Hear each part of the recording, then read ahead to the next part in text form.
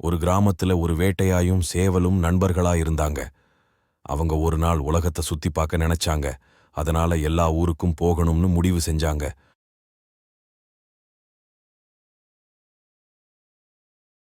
பக்கத்து ஊருக்கு போக காட்டு வழியா நடந்து போறப்ப இருட்டிடுச்சு. அதனால அன்னைக்கு ராத்திரி அங்கேயே தங்க முடிவு பண்ணாங்க. காட்டு விலங்குகள் கிட்ட இருந்து தூங்கும்போது தங்களை பாதுகாத்திக்கிட ஒரு நல்ல இடத்த தேடினாங்க அவங்க. அப்பத்தான் ஒரு பெரிய மரம் அவங்க கண்ணுல பட்டுச்சு. அந்த மரத்துல இருக்கிற கிளை சேவலுக்கு பாதுகாப்பாவும், அதே நேரத்துல நாய்க்கு பாதுகாப்பா மரத்துக்கு பின்னாடி ஒரு பொந்தும் இருந்துச்சு. உடனே நாய் அந்த பொந்துக்குள்ளயும், சேவல் மரத்து மேலயும் பாதுகாப்பா இருந்தாங்க.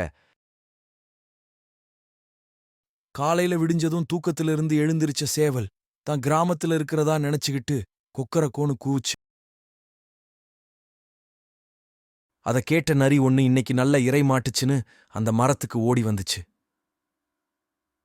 மரத்து மேல இருக்கிற சேவலை பார்த்ததும், சேவலாரே, சேவலாரே, எங்கள் காட்டுக்கு உங்களை வரவேற்கிறேன்.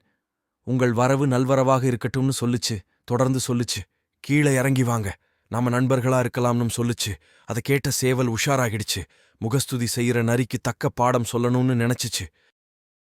உடனே என்னால கீழே வர முடியாது, ஆனா நீங்க மேல வர சுலபமான வழி மரத்துக்கு பின்னாடி இருக்குன்னு சொல்லுச்சு. உடனே பின்னாடி வழியா மேல போகலாம்னு ஆசையோட நரி மரத்துக்கு பின்னாடி போச்சு.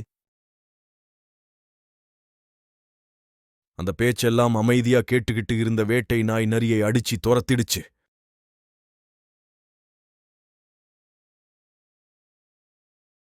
புத்திசாலியா இருந்தா தங்களுக்கு வர்ற எல்லா ஆபத்துகளையும் தவிர்க்கலாம்னு தெரிஞ்சு வச்சிருந்த சேவலும் வேட்டை நாயும் ஒண்ணுக்கு ஒண்ணு துணையா எல்லா ஊர்களையும் சுத்தி பார்த்து சந்தோஷப்பட்டுச்சுங்க.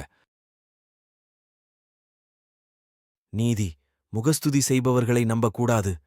நண்பர்களை எப்போதும் விட்டுத் தராமல் துணையாக இருக்க வேண்டும்.